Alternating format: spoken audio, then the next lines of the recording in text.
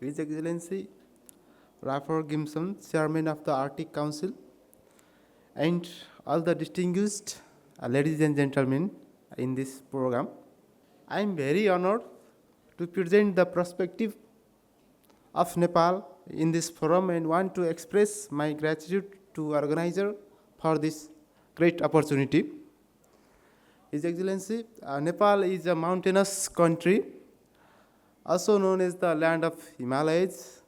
The northern part of Nepal, the Himalayan regions, has the high altitude peaks and covered with snow all year round. Nepal's Himalayas are the key part of the overall Hindu-Kush Himalayan region.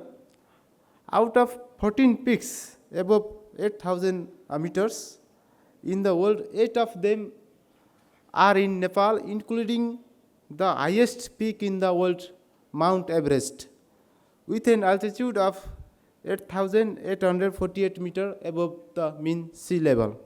In Nepal, the maximum snow cover area is 36% and minimum of 3.4%.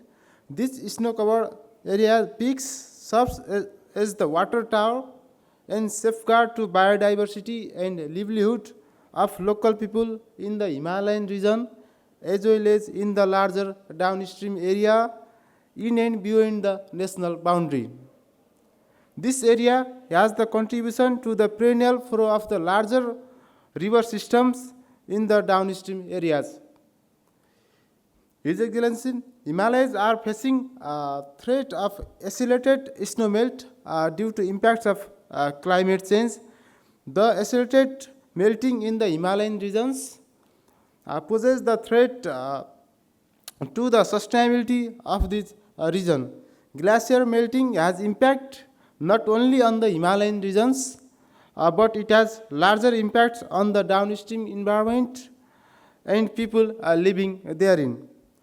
On the one hand, the alpine ecosystem is facing the threat of biodiversity loss, and on the other side, it is causing a serious negative impact on the overall ecosystem services of downstream region also. Because of this accelerated melting, the number and severity of water-induced disasters has been increasing also. Nepal has experienced at least 24 Gulf Glacier Lake outburst flood events in the past, and still there is a threat of flooding events in future if this rate of melting continues. As the snow in these peaks serves as the water tower, this melting issue is also linked with water security in the downstream regions in the future. Now I would like to share about the efforts of Nepal to conserve the Himalayan region. The Constitution of Nepal has stated the right to clean and healthy environment, and balancing environment and development is the fundamental right of the citizen. Nepal formulated National Climate Change Management Policy, Environment Protection Act, and National Water Resource Strategy, giving priority to the sustainable management of Himalayan regions.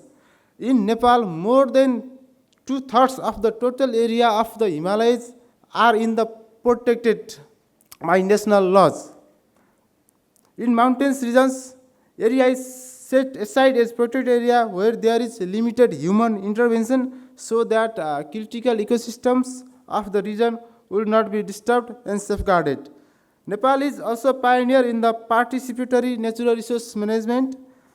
Besides the programmatic intervention from government, local communities are also heavily involved in the sustainable management of Himalayan resources. Nepal has launched the Clean Himal campaign to reduce the impact of mountaineering and other activities in the Himalayan ecosystems. The International Year of Mountains 2022 has been celebrated in Nepal by organizing various activities regarding the Himalayan conservation. All the stakeholders in Nepal are now agreed that Himalayan region ecosystem has now been in threat, and this has impact in the larger community in downstream areas as well. The most important thing in this time is to conserve the Himalayan region ecosystem with the focus on its biodiversity and ecosystem services so that it can provide its services both to the Himalayan region and the downstream communities in the sustainable manner. For the sustainable management of Himalayan region, we firmly believe on the international cooperation and collaboration. The sharing of knowledge and ideas is crucial for the sustainable management of these critical ecosystems of the Himalayan region. Besides that, technology transfer and the financial resources are also equally important. I, from the side of my country, urge all of the distinguished delegates and organizers as well as other stakeholders to collaborate and cooperate for the sustainable management of the Himalayan region. Finally, I would like to thank the organizer for providing this great opportunity to present the country perspective from Nepal. Thank you.